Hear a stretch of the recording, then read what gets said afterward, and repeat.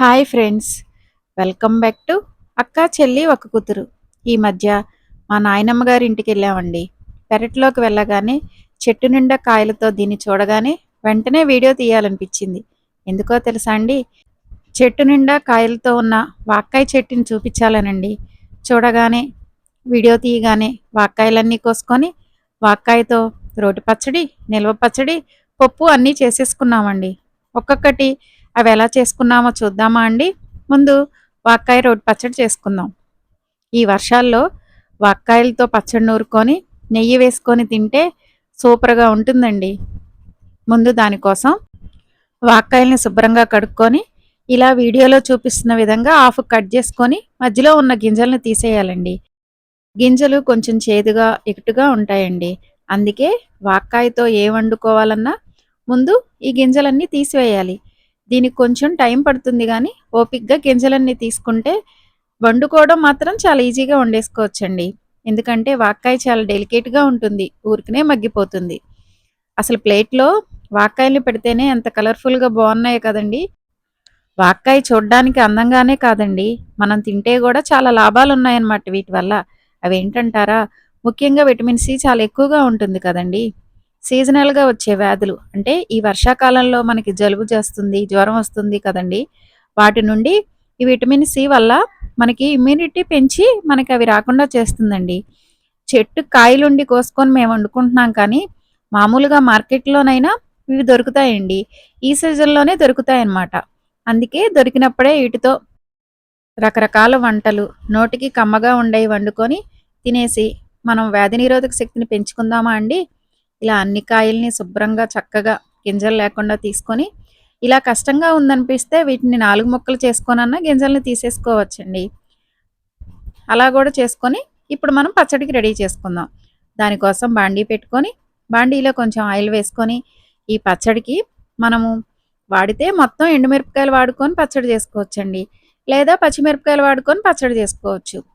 నేను టేస్ట్ బాగుంటుంది కదా అని కొన్ని ఎండుమిరపకాయలు, కొన్ని పచ్చిమిరపకాయలు వేసుకొని పచ్చడి చేసుకున్నానండి. కొంచెం ఆయిల్లో పచ్చిమిరపకాయలు, ఎండుమిరపకాయలు వేసుకొని మంచిగా ఫ్రై చేసుకున్నాను. అవి ఫ్రై అయిన తర్వాత వీటిలోకి కొంచెం పచ్చిశనగపప్పు, దాంతోపాటు నేను కొన్ని ధనియాలు కూడా వేసుకొని ఫ్రై చేసుకున్నానండి. కొంతమంది నువ్వులు కూడా వేసుకుంటారనమాట. అలా వేసుకున్న టేస్ట్ బాగుంటుంది.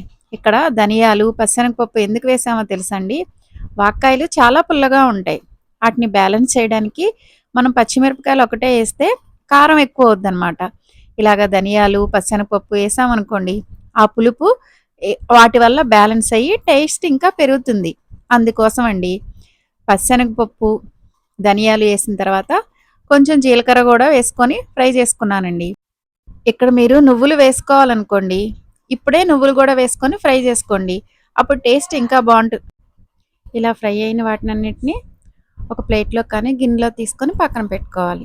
తర్వాత ఇదే బండిలోకి కొంచెం ఆయిల్ వేసుకొని ఆయిల్లోకి మనం కట్ చేసి పెట్టుకున్న వాక్కాయ ముక్కలు కూడా వేసుకొని మగ్గించుకోవాలి. దీనికి ఎక్కువ ఆయిల్తో పని లేదండి, కొంచెం ఆయిల్తోనే ఊరికనే మగ్గిపోతాయి అన్నమాట.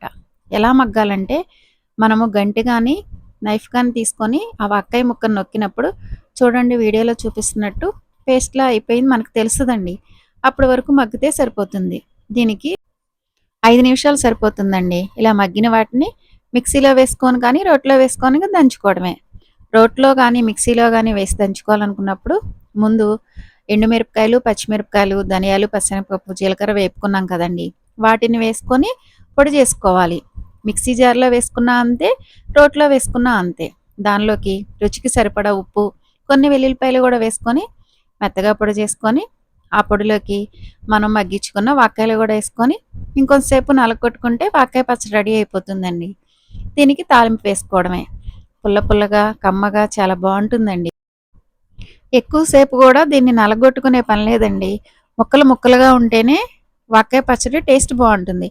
అదే మిక్సీ జార్లో వేసుకోవాలనుకోండి, ముందు మిగిలినవన్నీ మిక్సీ పట్టుకొని లాస్ట్లో ఈ వాక్కాయల ముక్కలు వేసుకొని ఒక్క తిప్పు తిప్పుకుంటే సరిపోతుంది. తర్వాత దీనికి తాలింపు బాండి పెట్టుకొని ఆయిల్ వేసుకొని ఆయిల్ వేడైన తర్వాత తాలింపు గింజలన్నీ వేసుకోవాలి.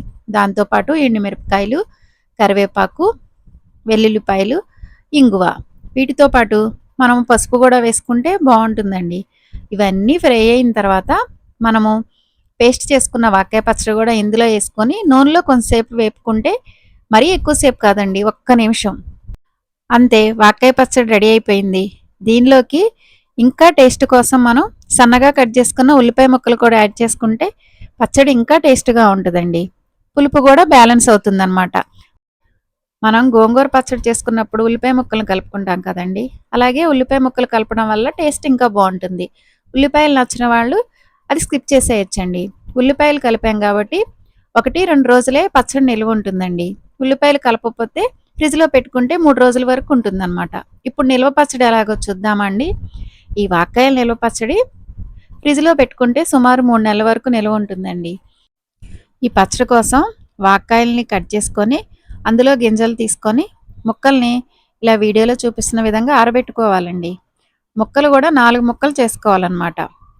వీటిని తడి లేకుండా చూసుకోవాలి. తడి ఉంటే పచ్చడి నిల్వ ఉండదండి. అందుకనే దాన్ని గుడ్డతో తుడుచుకొని ఆరబెట్టుకొని అప్పుడు పచ్చడి కలుపుకోవాలి. దీనికోసం ముందు ఒక గిన్నె తీసుకొని గిన్నెలోకి నేను తీసుకున్న వాక్కాయలకి 2 స్పూన్లు కారం, 1 స్పూను ఉప్పు, కొంచెం ఆవపిండి, కొంచెం మెంతిపిండి, కొంచెం పసుపు వేసుకున్నానండి.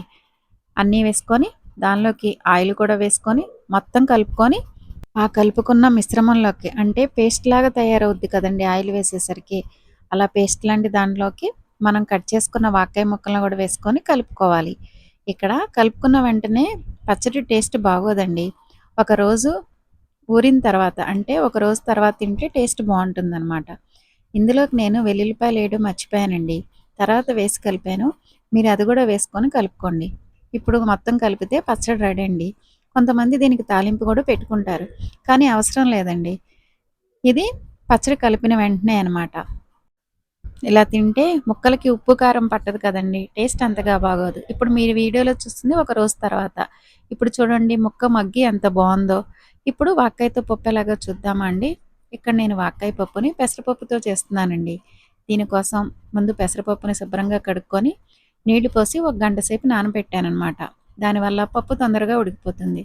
తర్వాత స్టవ్ మీద పెట్టుకొని నెయ్యి వేసుకోవడం వల్ల పప్పు తొందరగా ఉడుకుతుంది, పప్పు టేస్ట్గా ఉంటుంది. ఈ లోపల మనం వాక్కాయ ముక్కల్ని, పచ్చిమిరపకాయని, ఉల్లిపాయ ముక్కల్ని కూడా కట్ చేసుకొని పక్కన పెట్టుకోవాలి. పప్పు ఉడికిపోయిన వెంటనే ఉల్లిపాయలు, వాక్కాయ ముక్కలు, పచ్చిమిరపకాయలు, దాంతోపాటు కారం కూడా వేసుకొని ఇంకొంతసేపు ఉడికించుకుంటే పప్పు రెడీ అయిపోతుందండి. అదే మీరు దీన్ని కందిపప్పుతో అన్నా చేసుకోవచ్చు. కుక్కర్లో పెట్టుకోవాలనుకున్నప్పుడు ముందు కందిపప్పును ఉడికించుకొని తాలింపులో వాక్కాయ ముక్కలు అవి వేసుకొని కొంచెం మగ్గిన తర్వాత ఉడికిన కందిపప్పును వేసుకుంటే కందిపప్పుతో వాక్కాయ పప్పు రెడీ అవుతుంది. ఉడికిన దానిలోకి ఉప్పు వేసుకొని తాలింపు వేసుకుంటే వాక్కాయ పప్పు రెడీ అవుతుందండి. పెసరపప్పు, వాక్కాయ పప్పు టేస్ట్ బాగుంటుంది, కందిపప్పుతోనూ బాగుంటుందండి. ఇలా ట్రై చేయండి. వీడియోస్ నచ్చితే లైక్ చేయండి, సబ్స్క్రైబ్ చేసుకోండి.